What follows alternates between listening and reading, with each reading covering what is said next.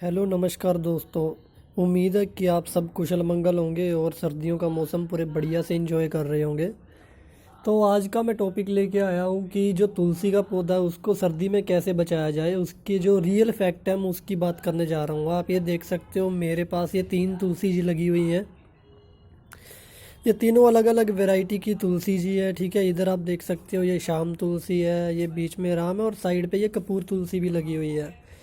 और अगर मैं वीडियो को थोड़ा आपको फोकस करके दिखाऊं तो अभी सर्दी के मौसम में भी जो मेरी तुलसी जी है ये अभी भी ग्रोथ पे है पूरी। ये इनके देखिए ये नए पत्ते निकल रहे हैं, ये देखिए। ये अगर आप चेक कर पा रहे हो तो तुलसी जी पे नए बीज भी आ रहे हैं और नए पत्ते भी निकल रहे हैं।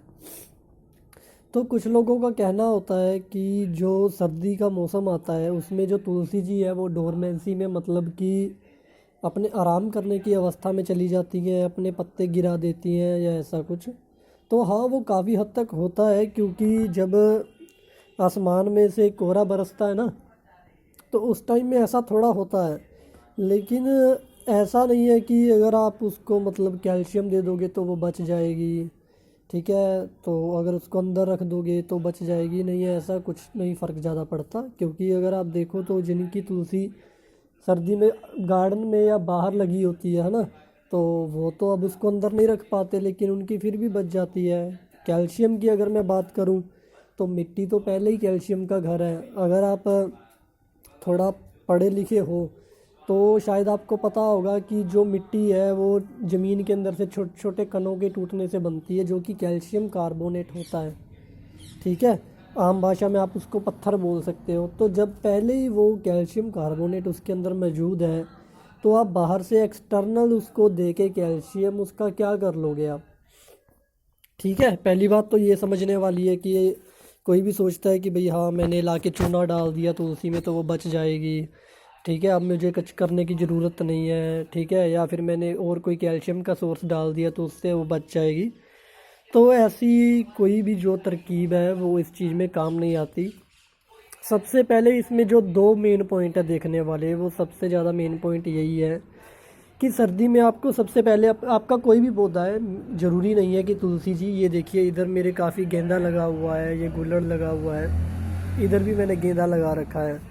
तो सबसे पहले आपको पानी कंट्रोल करके देना है उसको। ऐसा नहीं है कि आप रोज़ ही उसको पानी दे दो। मैं जो अभी पानी दे रहा हूँ अपनी तुलसी जी को ये 7 से 10 दिन के गैप के अंदर दे रहा हूँ, क्योंकि यार सर्दी है तो पानी वेपोरेट नहीं होता, वाष्प बन के उड़ता तो नहीं है, गमले के अंदर रहता है। तो जब तक वो पानी प्रॉपर तरीके से सूखता नहीं है, ठीक है, तब तक आप उसे पानी मत दो। और पानी भी काफ़ी आप देख के दो, ये नहीं कि आप जग भर भर के दे दोगे। अगर ऐसा करोगे तो यार देखो, अगर आप खुद के पैर पानी में डुबोगे सर्दी में और काफ़ी देर तक डुबो के रखोगे तो गल जाएंगे ना।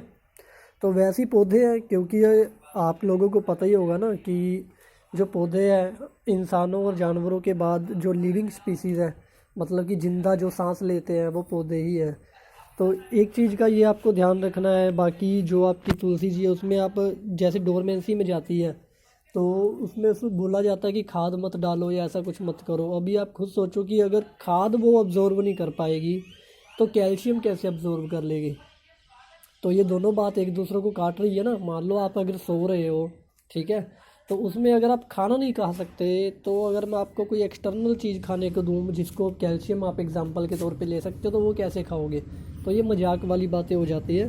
तो इसलिए सिर्फ आपको सर्दी में क्या करना है कि पानी कंट्रोल तरीके से देना है। और जो इसके ऊपर ये बीज आ रहे हैं ना, अभी मैं जैसे बीज इकट्ठे करना चाहता हूँ इस वजह से मैंने इनको थोड़ा रखा हुआ है।